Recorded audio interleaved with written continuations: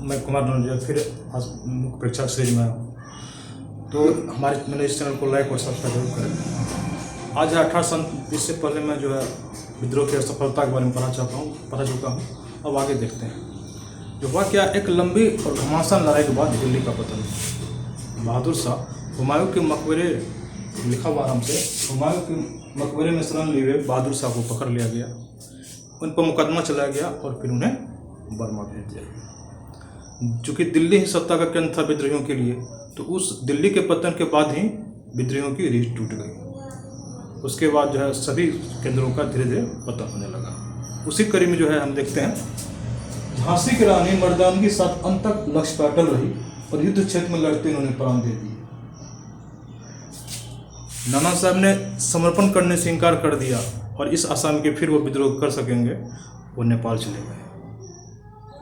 कुंवर सिंह ने भी अंत तक पता नहीं लगने दिया कि हम कहाँ हैं। फिर उनकी भी मृत्यु हो गई। तात्या टोपे भी गुरिल्ला लड़ाई को सफलतापूर्वक जारी रखा था, लेकिन एक जमींदार लिखा हुआ है, लेकिन एक जमींदार ने उनके साथ धोखा दिया और अंग्रेजों ने उन्हें मौत के घाट उतार दिया।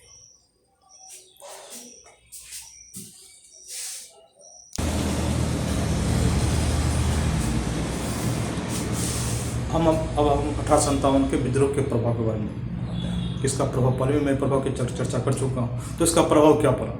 तो पहला प्रभाव देखते हैं जो 1858 में ईस्ट इंडिया कंपनी को समाप्त करके भारत के शासन की बागडोर सीधे ब्रिटिश सरकार के हाथ में आना इस क्रांति का प्रमुख प्रभाव माना जाता रहा। ये बहुत ही महत्वपूर्ण पॉइंट है। हालांकि सिर्फ सरकार के ढांचे में परिवर्तन आया, लेकिन समाजवादी स्वरूप जस का तस रहा, शोषण जारी रहा। हालांकि ये बहुत महत्वपूर्ण उल्लेखनीय है कि ब्रिटिश उद्योगपति बहुत पहले से मांग कर रहे थे कि ईस्ट इंडिया कंपनी के कारण उसे वो मुनाफा भारत में हाथ नहीं मिल रहा है, और ये एक अवसर मिल गया कि कंपनी के हाथ से शासन छीन लिया जाए। ठीक है। दूसरा है कि 1861 में पास किए गए इंडियन काउंसिल्स एक्ट के तहत यह प्रावधान किया गया कि 3 भारतीयों को विधान परिषद का सदस्य नियुक्त किया जाए।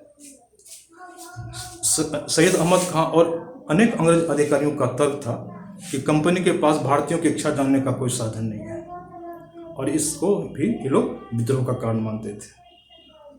तो इसलिए इस एक्ट में ये प्रावधान किया गया। ये सबसे, हालांकि ये भारतीय ये जो सदस्य होते सदस्य भारतीयों का कोई प्रतिनिधित्व नहीं करते थे, लेकिन सबसे महत्वपूर्ण बात यह है कि भारतीयों को प्रतिनिधित्व दिया जाना, अंग्रेज इस बात को स्वीकार करने लगे कि भारतीयों को भी प्रतिनिधित्व दिया जाए। ये इसलिए बहुत ही महत्वपूर्ण हो जाता है। अगला है कि सेना में भी सुधार के लिए यूरोपीय तथा भारतीयों में 1:2 का निश्चित किया गया। उच्च जाति के हिंदुओं में से सैनिकों की भर्ती करना बंद कर दिया गया। सेना ने बहुत ही उल्लेखनीय महत्वपूर्ण भूमिका निभाई थी 1857 विद्रोह में, इसलिए इसमें भी बहुत महत्वपूर्ण परिवर्तन किया गया। अब क्या हुआ कि अब उच्च जातियों से, अब देख रहे हैं आप कि यूरोपीय तथा भारतीयों में से 1:2 का अनुपात निश्चित किया गया। अब उच्च जाति के हिंदुओं में से सैनिकों की भर्ती बंद कर दी गई। इससे पहले मैं कार्ड में पढ़ा चुका हूँ कि किस तरह उच्च जाति के हिंदुओं के धार्मिक पूर्वाग्रह को, धार्मिक आग्रह को या धार्मिक भावना को ठेस पहुँच रही थी। अब क्या क्या अंग्रेज इनके जगह मत बीच की जाति के हिंदुओं, गोरखा और अन्य लोगों को भी भर्ती करने लगा। ठीक है। और इनका अंग्रेज का ये उद्देश्य रहा कि आपस में सेना में एकता बनी नहीं रही।